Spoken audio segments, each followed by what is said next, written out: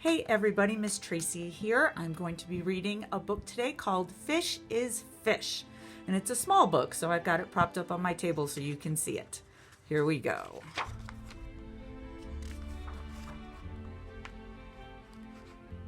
At the edge of the woods there was a pond, and there a minnow and a tadpole swam among the weeds. They were inseparable friends.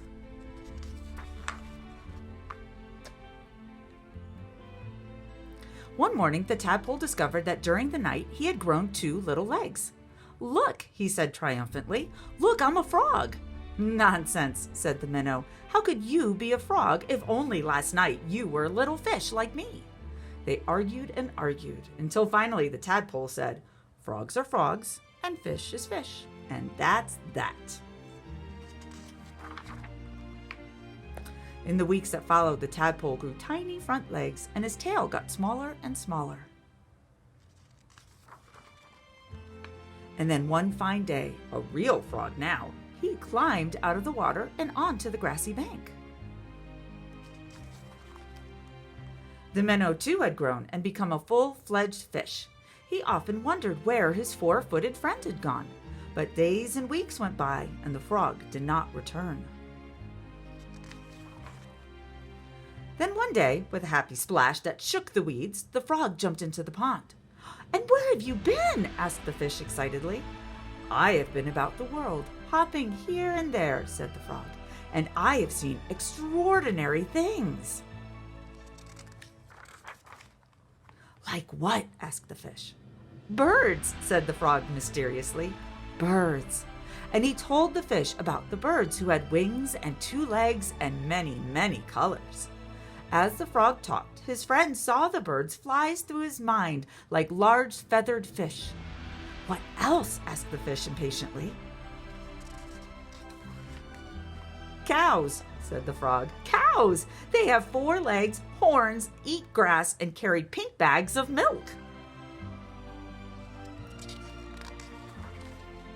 "And people," said the frog. "Men, women, children." And he talked and talked until it was dark in the pond. But the pictures in the fish's mind were full of lights and colors and marvelous things, and he couldn't sleep. Oh, if he could only jump about like his friend and see that wonderful world.